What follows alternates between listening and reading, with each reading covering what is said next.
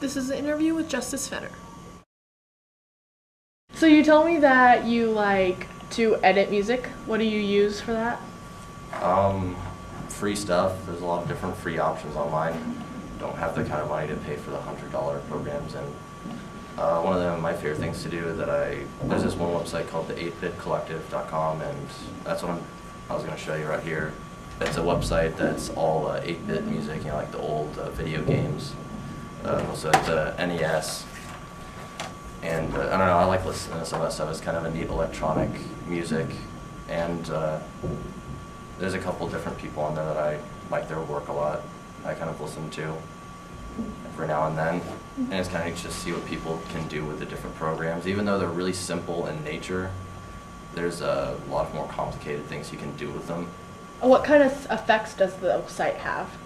The site doesn't have any effect. The site is just a place where people can post their work, and what they call it is a chiptune, is what they call that kind of classic music, and people can put any of their kind of music up there.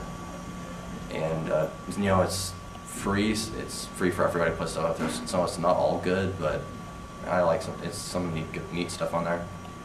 How do you create the music on your computer before posting it?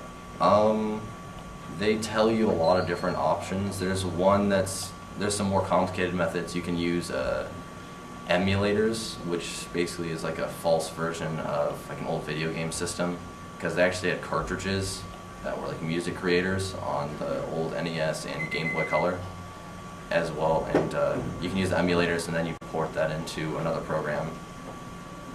But there's also a popular one called LSDJ and FamiTracker, and also if you can use different plugins to GarageBand, as well as there's another one.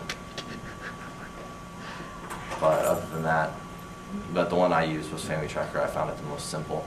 Are there any popular people that post? Like, do they get a lot of ratings, or how does that work?